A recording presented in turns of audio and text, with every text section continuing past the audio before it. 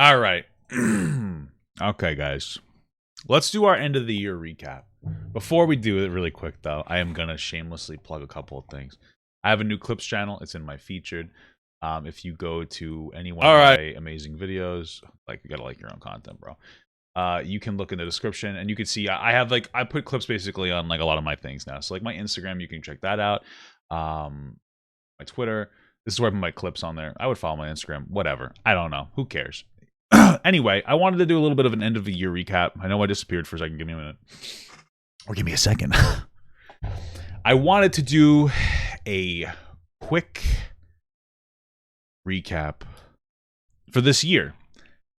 Maybe quick, hopefully quick. I don't know. I'm a slow guy. So big. Because this is my first full year of content creation. I started last year in the summer.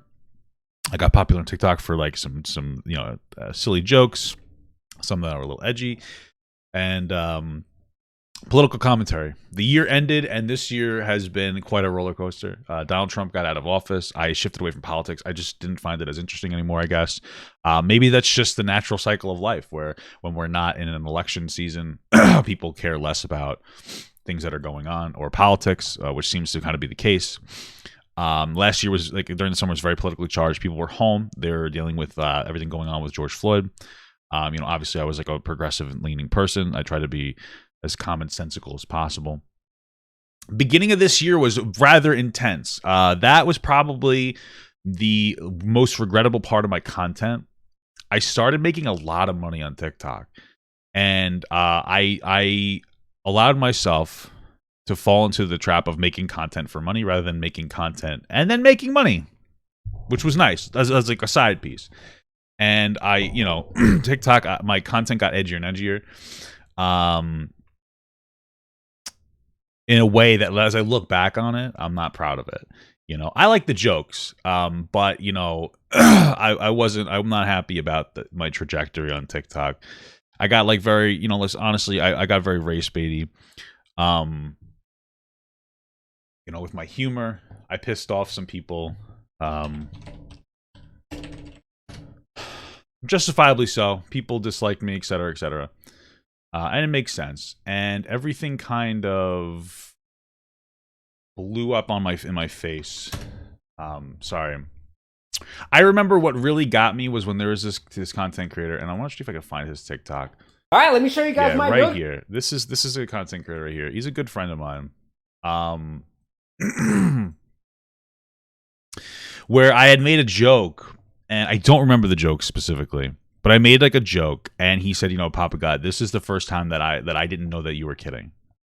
And usually, like, some people, they wouldn't get the joke, but like Blackbird always got me, and he always knew when I was or I wasn't kidding. And he was like, I really just didn't think you were kidding. And I was like, wow, like that was shitty. And it was like a race joke, and that was where I was like, wow, I need to like get my shit together. That really hit it.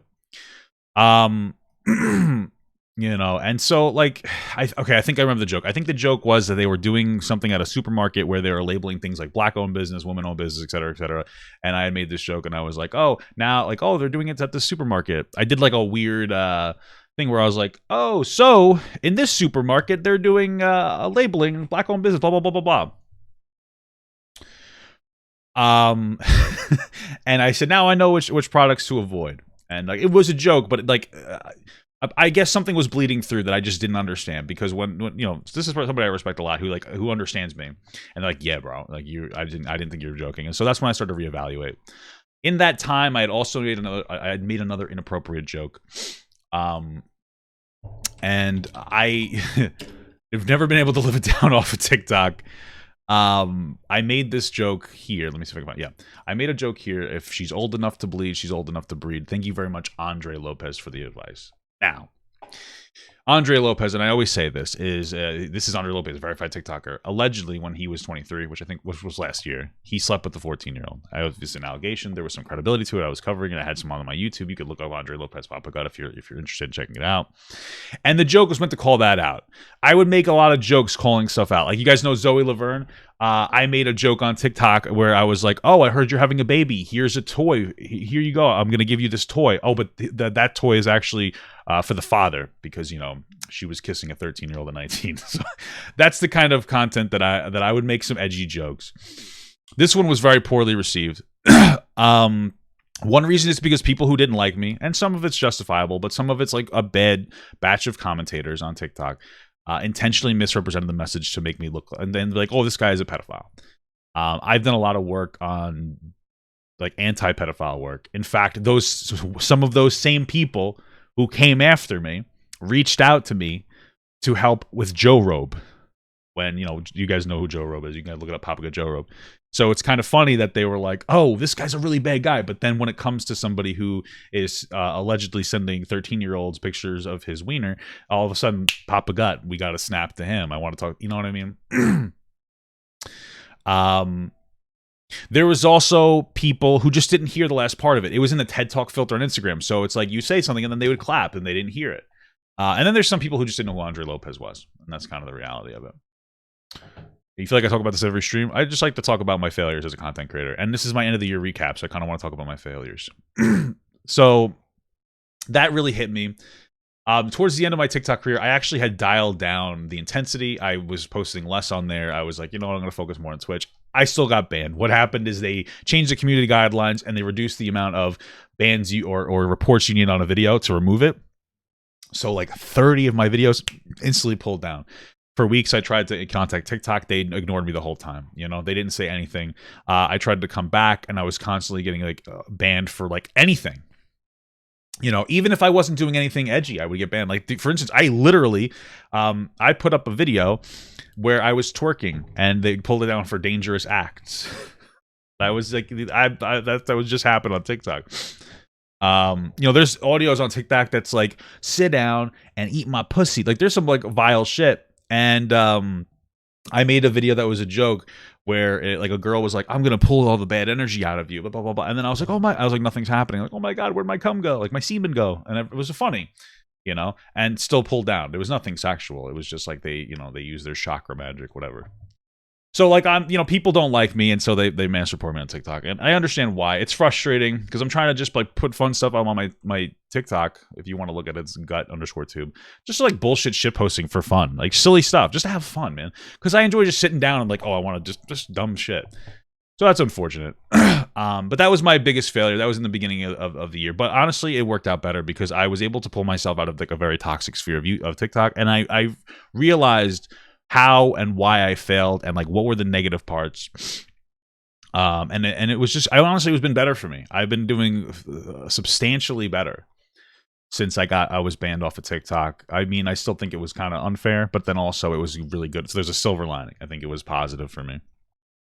But I look back to that time as like a time to be like, yeah, this is where I failed. This is why I failed. And I try to use that as a learning experience. And I try to talk about this fairly often for people, so they understand where I'm coming from and whatnot. Moving forward, the rest of the year, not super.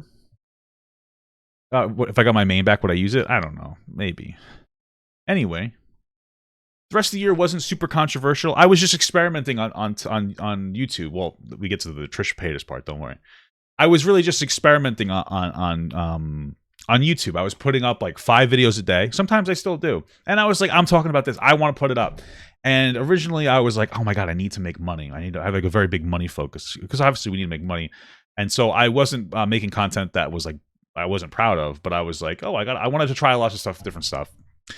I guess is what I'm trying to say. And then the whole Trisha thing happened. And things went rather interestingly. And I've never sat down and really tried to explain my perspective on Trisha Paytas in a way where I'm trying to be as honest as possible and reach out to as many people as possible as to why I guess I changed part of my perspective. And so I figured, hey, this was a huge part of my year. So let me try to talk about it. Okay. And I'm going to use Microsoft Paint because I'm in like a painting mood, right? And I'm going to do the best of my memory, right? I need you guys to understand this is probably not going to be fully accurate. There's probably things that I did wrong that I'm not really internalizing or remembering correctly. And I'm sorry for that. I'm going to do my best to be as critical on myself as possible. But it was over such a long period. And I remember the events that really emotionally upset me. And I know that sounds weird, but I really want you guys to try to explain. Or I want you guys to just try to listen. So things started out with like frenemies, right? I started covering like the downfall of that. I actually liked watching that. I thought it was pretty good. I liked the dynamic. You know, they did a bunch of outings, the falling outs, and I covered it. I actually stopped watching after one episode where Trisha went off on Ethan's wife, and Ethan didn't really defend her. It was really shitty from Trisha, and I thought Ethan should have defended his wife more. I just personally think partners should defend themselves better. And I remember Ethan even admitting like she never apologized, even up until they finally broke up. Anyway, we started with the frenemies. I covered that for a while, where I was like, you know, basically shitting on Trisha. I was like, hey, you did this thing wrong, Trisha. You did this thing wrong, Trisha. I was covering her every step that she took, honestly. Then the Mysterious Tea video came out, and that was very well done. The part one was very well done. I watched that. It was great. I mean, I thought it was really good. It showed a lot of insight into Trisha, and I was like, wow, this is really interesting. I didn't realize how bad it was. So I kept covering more Trisha stuff, more Trisha stuff, more Trisha stuff as time went on, right? People asked me to. I was interested in it. I was like, wow, this is a really horrible person. Then the Mysterious Tea Part 2 came out, right? Right here, the Part 2. And that was another great video. But there's something in that video that bothered me. And it was the time where she wasn't intentionally doing it. I know that. But a lot of you guys know. I know that a lot of you, like my core fans, understand that. I talk a lot of sexual assault in this channel. A lot of consent. A lot of, like, it outside of Trisha Paytas. Like, that's the core of my channel. I really want you guys to understand that. And that's something I'm very passionate about, and I will explain why. I don't really want to have to explain why, because it upsets me a lot. But I'm going to explain why, because it's very important. But if you go to like my channel, a lot of this stuff, a lot of the bigger videos, but I haven't even really updated the playlist in a while, which I should. But I have to see if I can find this. There's a serious accusations playlist here, full of serious accusations from different people, with different things, you know. Some of them less serious than others, but like my biggest videos on my page, like, but literally, let's see, sort by most popular, like this, the big situation here, not the JS thing. We got, this is a big situation of inappropriate interaction, somebody I talk about fairly often. So is EDP, Glenn and Cameron. Here's Gemini again. A lot of it, here's the Glenn and Cameron again. I talk about a lot of, here's Gemini again. This is another person who did something really messed up. I cover a lot of instances of like very serious topics when it comes to that, like when it comes to sexual assault and consent and predatory behavior, and I try to do my best. And that's the core of my channel, and that's the thing I'm very passionate about more than anything else. And I remember she had made a few comments about how like it was really safe in that area. She questioned how Trisha could have been assaulted like 3 times. And the last one was like talking about the accolades Mr. Raimi had, the teacher that Trisha accused without any evidence, of course. And I remember I thought I said more about it, but I wasn't aggressive enough about it. I wasn't like, hey, the rest of the video is really good, you didn't need this. I think I might have said something like that. But I was like, oh, yeah, no, I get it. And I downplayed it, and that's honestly my fault. The reality is, this is the way I still feel, is that the videos were really good without that. And I didn't express that originally. Then, you know, I kept talking more about Trisha Paytas. Should I just go like this way now? Trisha Paytas. I kept talking about her. Then my wife during this time started to comment with me. Then there was a Petty Page video where she went after, well, I don't want to say went after Mysterious Tea, but she made a video on Mysterious Tea that I disagree with, and so did my wife.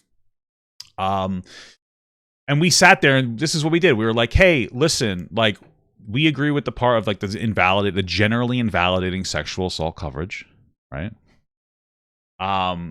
But the rest of this, we thought it was unfair. And we made that criticism, and it was like well received. I figured people would understand that. Like, I just don't like, because that is very generally invalidating rhetoric to be like, hey, this person was like a really good person, or the crime's low, so how could you really be assaulted this many times? And I know that there are sexual assault survivors who probably haven't, like, they're looking past that, and they're like, oh, well, that's not my experience.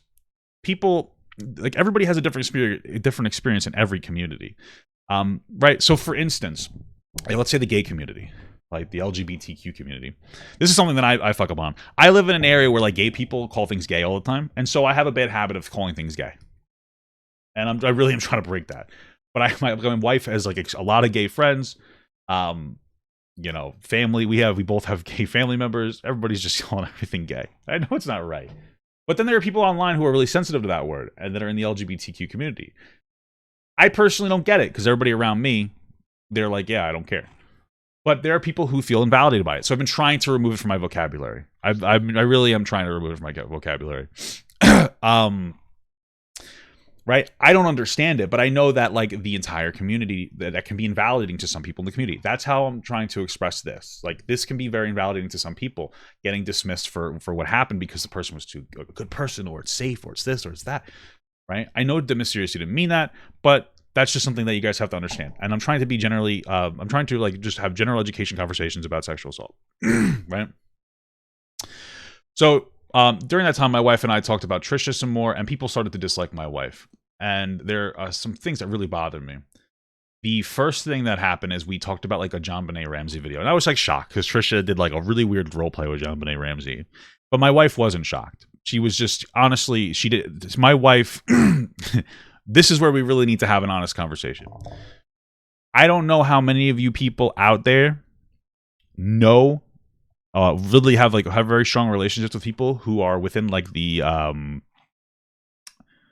I guess, mental health community, like therapists or social workers, but their perspectives on things are wildly different from the way other people interact.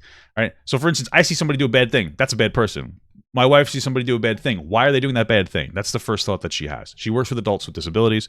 And it's like really literally her job to figure out why people are exhibiting the behaviors that they exhibit. And for whatever reason, Trisha has been an anomaly for the two of us. We've had really intense, deep conversations about Trisha Paytas. You'd be surprised how profound these conversations are. And yeah, her perspective was like, yeah, I expect this from Trisha because she's somebody who is like morally bankrupt. I expect this behavior. And it's more like, why is she doing this behavior? And that's a conversation we had in private, right? That's where we come from. Then there was the thing with the Shane Dawson where my wife was like, yeah, Shane Dawson did some shitty things. I watched him afterwards. He stopped making that content. I know that he did shitty things, but it is what it is. I have a very similar perspective to that. You know, he did shitty things. There's nothing for me to forgive, and I've said that, but I never watched him. But like, okay, people are watching him because he's honestly his content boils down to the conspiracy theories and being gay. And like I mean being gay because my wife likes the gay and attitude shit. You know, and she enjoys that, you know, almost drag show type like energy. I don't know how to explain it, you know. And one of the things though that really started to really bother me though, it wasn't people criticizing that. It's that we did a thing where on Trisha where we say that Trisha wasn't fat. We both said Trisha's not that fat because she's really not. Like honestly. Like look, she's really not that. I'm not even gonna bring it up. You guys know she's like 220. She's overweight, but she's not that fat, especially compared to us. And this is something that really, really started to make me dislike the community of people who call out Trisha Paytas. And that is that nobody criticized me, pretty much, but everybody dogged on my wife for being fat, and they were really tearing into her. This is when I started like removing people from my channel. Because Trisha's such a bad person that anything that you do to her is okay. That's the general mentality. For whatever reason, it's okay to be generally invalidating to groups of people. If as long as it's Trisha Paytas, right? So, like, for instance, think about this: James Charles, bad guy. Do you think it's okay to call him the F slur? You'd probably say no. Why? That's generally invalidating to the gay community or the LGBTQ community. But when it comes to Trisha, like, it's okay. And I know I've made some jokes and I've been harsh too, and so I'm part of the problem. I understand that. But we had people that were like really shitting on my wife for being fat and like ugly and this and that. And that upsets me because it's my wife. Like, this is the person I chose to spend the rest of my life with. And it made me really irritated. And this is when I started to get hostile. And I'm sorry, because I know it's not everybody. But you have to understand that, like, I'm still a person. And yeah, I'm just like most other people. I'm focusing on the negatives too much. But when I'm sitting there and I have to refresh my YouTube to like delete comments that are calling my wife a fat fucking piece of shit, ugly bitch, I'm getting irritated. It makes me incredibly frustrated. And so we roll on. I kind of stopped talking about Trisha as much because I realized things got toxic, but I still talked about her. But I was starting to burn out. And then I kind of stopped. We kind of stopped talking about her. And we stopped talking about her. Then, like about a month later, the Mysterious Tea Part 2 video, Part 2, because it was how to be remade, was released. And at this time, my wife and I had a bit of a different perspective on Trisha on a couple of things. First and foremost, this is where I was trying to reinforce. I got to this point in the video with the generally invalidating sexual assault rhetoric.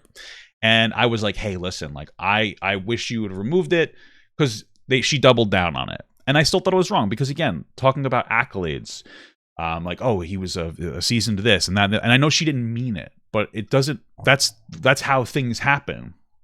Most people that push negative rhetoric don't really do it intentionally, I don't think. It's just out of a lack of understanding. And I was like, yeah, saying that the crime was really low and that he was a really good teacher and people liked him, that doesn't mean he couldn't have done it. And I'm not saying that he did, but it's just generally invalidating rhetoric. And I also mentioned that I think that Ethan, the way he handled it was much better. He was like, hey, I'm going to remove the video until you can prove these claims because it's unfair to make these accusations without proof. I thought that was great. I wish that I stuck there. I think it's uncomfortable. Just in general, speculating on somebody's sexual assault, I think is uncomfortable. And I wish I'd handled it the way that Ethan did. But then there was also people were like, oh, you flipped. And I think it all centralizes around there was a time, and this was something that my wife and I talked about. And it was very interesting to me, where there was a time where Trisha Paytas had said she had schizophrenia. And then she went on Dr. Drew, and he was like, you don't have that. And she's like, oh, okay. And I was like, wow, what a lying piece of shit. That was my first reaction. I later talked to my wife about it, and she was like, you know what I think? I think that what happened is Trisha went, and if you guys look at the DSM-5, and I actually have the DSM-5 right here if you really wanted to look at it. My wife gave it to me, or found it, I don't remember. Anyway, if you look at the DSM-5, and you look at like anything, let's see if we can actually find schizophrenia. How do you spell S? How do you spell schizophrenia? I'm so dumb. SCYOP. Oh, I kind of got it. Okay, okay, I see now. Okay, I googled it, so I didn't have to look stupid. It's not here. Okay, if you look at if you look at anything on the DSM-5, oh, nothing's loading. That's fantastic. It's just not loading. Great. Anyway, if you look at anything on the DSM-5, something that you're going to notice is that there's usually like anywhere from, I think it's upwards of 10 different categories per diagnosis. So schizophrenia, there's like 10 different things. And you have to, I don't know if there's actually 10, but it's upwards of 10. And you have to satisfy 5 of those to be diagnosed with something. However, there are people who still satisfy, let's say, like 2, 3, 4. And her speculation, and it's difficult to get the truth out of Trisha, was it's possible, and what she thinks happened is like that she went to the doctor, and they said like, hey, you have a few markers of schizophrenia. So, we're going to give you this particular treatment. Might have been like some kind of medication, but you don't have schizophrenia. But Trisha, being, again, insane, just decided that she had schizophrenia. Now, I don't know how much of that was an active decision or a passive decision in her eroded brain. Because Trisha is somebody who grew up with a really bad family stability, and it was and basically is on social media for attention. That's not justifying what she's doing, but again, yeah, my wife's perspective is bleeding into it, and I'm really trying to look at this as more as like a case rather than as like I'm trying to look at why their behaviors are happening, right? And so that was my perspective on schizophrenia. I was like, I don't think that she actually was lying wholly. Maybe she was, but I think that part of it's that she's just so deluded that she's like, I have schizophrenia, and then she overly identifies with everything that she has. Like, if Trisha Paytas farts, she shitted herself. You know what I'm saying? Like, she'll have a thing that she can associate with something, and then she exaggerates it and makes it an entire identity. That's the toxic problem with Trisha. Like she like when she decided she was trans, she wasn't just experimenting with her identity. She was trans. Like, it was a whole thing, and it was a whole event, and she made a personality out of it. Yeah, she's like a mental health hypochondriac. Maybe. Yeah, it's interesting.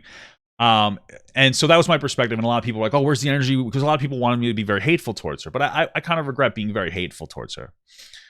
And you might disagree with me, but I just want you to listen to why I'm saying what I'm saying. Hold on a second.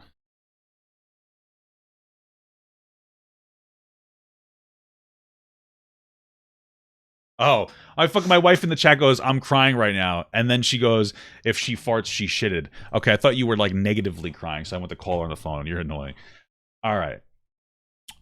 So then we get through this, and somewhere in here, I pretty much stopped talking about Trisha, but somewhere in here in this timeline, something that happened to me that made me like really angry.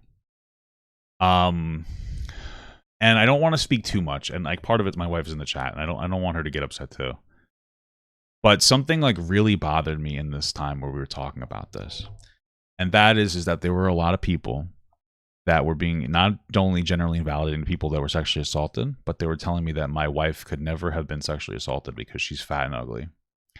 And when I say that I've never been angrier in my life, I really cannot truly express to you how angry that made me.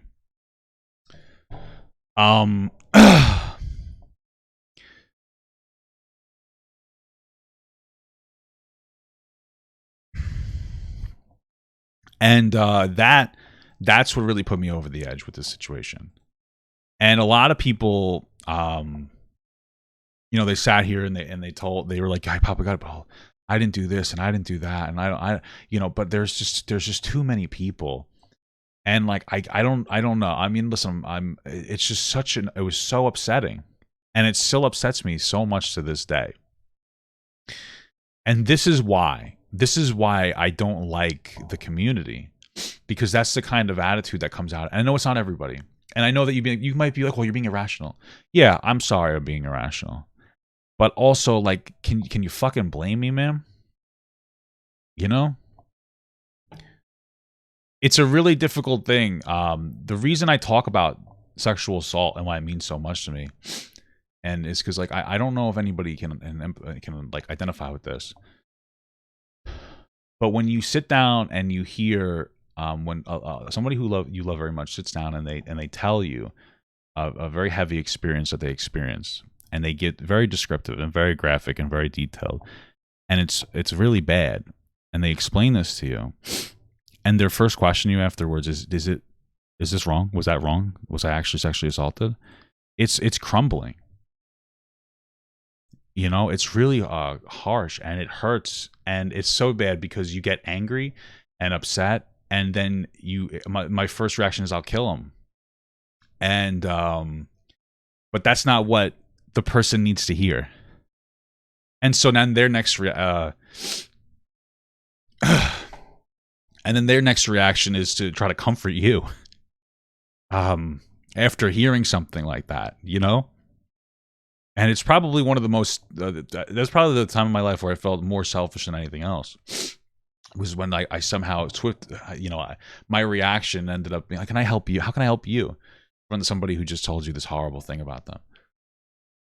And there's nothing I can do except for this. And this is why I try to talk about this type of stuff as much as possible.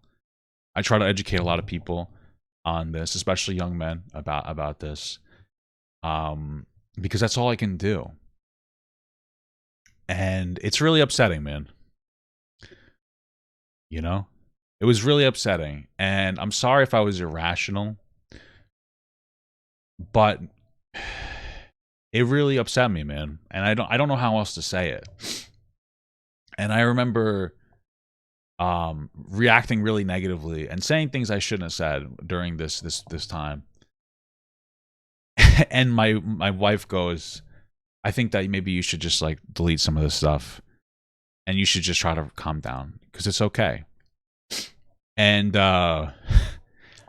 it brought me back to the time where, the true victim of the situation was once again coddling me on my reaction to it, and it made me feel selfish again. And this whole thing it fucks me up, man. And I never really wanted to sit here and to do this timeline and to try to explain to you guys that, and I know that it's probably not perfect. There's probably times in here where I did some dumb shit and it was unjustifiable. I just don't know. I don't know. I don't remember specifically. I'm trying to do my best because I know I didn't act correctly. But yeah, man, like this shit was triggering. And I don't like to use that word because it makes me feel like a fucking a victim, like a baby. And I'm not the victim. I'm farthest from it. I'm just somebody trying to help survivors. But this is why I blew up in this capacity. And so like I don't care about having Trisha fans, or I'm probably not really going to talk about her too much. And if I do, it's not going to be hateful. It's going to be from a more empathetic perspective, probably, because I'm trying to understand the behavior. And honestly, I think too, like I don't think, people that are like, oh, I don't want her to have a platform, because people will say I think she needs to be held accountable. And it's like, well, I don't know what that means to you. to me, the only thing you could practically do is stop watching her, because there's nothing you're going to be able to do. And a lot of people do watch her because they like to see her fail, and that's fine. And then because they like to make content, because people make a lot of money criticizing her. And I'm not even, you do you. But I don't want to be a Trisha Paytas page. It was part of my content, and I talked about it when I wanted to talk about it. And I stopped talking about it when I felt like I said all I could say. I felt like I was getting to a point where every video she was just doing the same dumb thing over and over again. And I was criticizing it. And it's like, how many times can we hear that? And I know that she's not a great person. But like, that's where I'm at. And, this shit fucked me up. I love you too, baby. She's in the chat right now. So this is hopefully this explains to you guys where I am, why I did what I did. I probably could have explained this earlier, but I really didn't want to have to get into my deep emotional attachment to these issues that really upsets me. So yeah, that's the Trisha Paytas arc. Let's move on from that. I got married this year. That was really cool. I really am happy. I love my wife very much. She's really good to me. She's the greatest. She really does support me. And my wife is responsible. A lot of people, it's very interesting because there's a lot of people that would criticize me and be like, "Oh, your wife ruins your content." And I think that my wife and my content are different. It's different than my normal content. So I understand why not everybody likes it. Like, I don't really like to watch people that I like with their partner either. It's just different. But what's so interesting about that is my wife is the reason my content exists and why it's so good. Because from the start, I used to be at work and we would make TikToks, and my wife and I would talk about everything. We would make the jokes together, what was the funniest. And we would we would talk about like social issues together for hours. And like, that's why I had great takes, because my wife and I were just constantly talking and stimulating and like, "Oh, what about this? What about this? What about this perspective?" My wife is the only reason my content exists. She's been the most supportive person for my content from like the start. And there's been ups and downs. Like when I was like, "Hey, I'm going to quit my job and I'm going to focus on this full time," she was a little apprehensive. She was a little apprehensive about it, but I was like, "No, I want to do this." And I did it, and it went really well. It worked out. Look at me now. I'm doing pretty well. So, anyway, I guess the last small arc would be the YouTube arc at the end. I'm still having problems with YouTube. I'll make videos and I'll upload them, and a lot of them get demonetized, and then I have to put them in for review for monetization. I've told you this before, but it's part of this year because it's been a pretty big financial setback. And they've been taking, instead of like a day, which they usually take, it's been upwards of 10 days, and that's really been eating into my money. YouTube, I think, is starting to get better. Apparently, it has to do with the holiday season, which is kind of unfortunate because they do have the money and the infrastructure to like pay people more money or give them overtime or something and get them to be able to monetize my videos. Because I've been releasing videos without monetization, like the video I did today, like the Sniper Wolf Keemstar, that has no money on it. But I need to make money. Hot take. I don't make that much money where I could take massive hits. I don't make like a whole lot, but I make okay living. I do all right. I'm very fortunate. And then also part of it, too, was that I've been hanging out with family, so I lost some money doing that, which is fine. But then I also got COVID, and that's something to talk about. COVID was fucking terrible. Okay, COVID was bad. I want you guys to know I'm 31 years old. I'm a little older. I am obese. I'm 350 pounds. And I am also diabetic. These are really big deals. The COVID for my wife, she didn't like it, but she actually kind of enjoyed it because she got to stay home from work and hang out with me. And I love my wife, and we love hanging out. For me, though, it fucked me up worse. I really fucked me up. I got it like slower, but I had it more intense. My wife basically had a bad cold. I had night sweats. I was shaking. I would scream in my sleep, and I would hit myself, and I didn't even know I was doing it, and terrified my wife. It was fucked up, man. And I was saying, like, I would get vaccinated, and then you should also lose weight and get healthy, and that's something I'm trying to do. I really am. It's not a New Year's resolution. I'm literally doing it now. I started working out this week. I'm trying to get into it. I'm trying to cut down on my sugar, trying to get my stuff together. I finally started going to the doctor. I'm back on the medication I need, and I might have to go on insulin, honestly. And that is what it is. But like, I'm trying to get healthier, because the first step to getting healthier is to go through the proper medical procedure or processes rather, and then hopefully I get myself off insulin if I have to go on to insulin. I'm not proud of it, but I have to do what I have to do. You know what I'm saying? And I found a really good doctor. And he's a nice guy. Traditionally, my interactions with doctors has been like very childish in the sense where I would go to a doctor as a grown man, and I'd be like, "Hey, what's up?" They'd get they'd get your weight, they get your blood sugar, and then it would be like, "Oh, you're overweight. You need to lose weight." And I'm like, "That's fine. I have no problem with that criticism." And they'll be like, "Hey, when you come back, I want you to have lost 10 pounds." I'm like, "Okay." You come back and you haven't lost it, man. I used to work a job. I used to work 2 jobs. It was brutal. It sucked. And the doctor shames the fuck out of you. And I'm a grown man, and I already have shit going on in my life. I know I need to lose weight, but the shaming of the doctor made me not go to the doctor for like a year. And my health got really bad to a point where like I actually I had a CDL. I had a commercial driver's license because I used to drive buses. My health got so bad because I stopped going to the doctor and eating badly too. I'm gonna say that I ended up having to get medical clearance just to re-up my CDL. And then I left because I didn't want to get it. And because I was doing this anyway, I was like, okay. But I just wanted to say, like, I know that you shouldn't be fat, and I have a problem with like the toxic body positivity movement where it's like like it's to a point where it's like, oh, it's healthy. It's not healthy. But also, don't harass fat people just for being fat. Like, chill the fuck out. Especially women. Women seem to take the brunt of it. Like I was saying before, the Trisha thing. Like my wife and I said Trisha wasn't that fat. I didn't get like any criticism. It was mostly my wife. It was insane. Like fat women really get a lot of shit. And I think my wife is beautiful. And I love her. But like, really try to check your biases. And I know it was a lot of women criticizing her as a bigger woman. But everybody, chill the fuck out. But yeah, COVID was rough. I'm happy I'm over it. I'm going to be able to finally finish getting vaccinated because I got the first shot before I got COVID, like next year. So yeah, that's pretty much it. Moving forward from that, next year, my intention, honestly, this is my New Year's resolution. My wife and I are we're going to start doing content again, but we're going to do it differently. Where I actually have enough. This is my old computer that I used to stream on, the memory blew, whatever. I got it fixed, but I got a new computer because I said, fuck it, I want a new computer.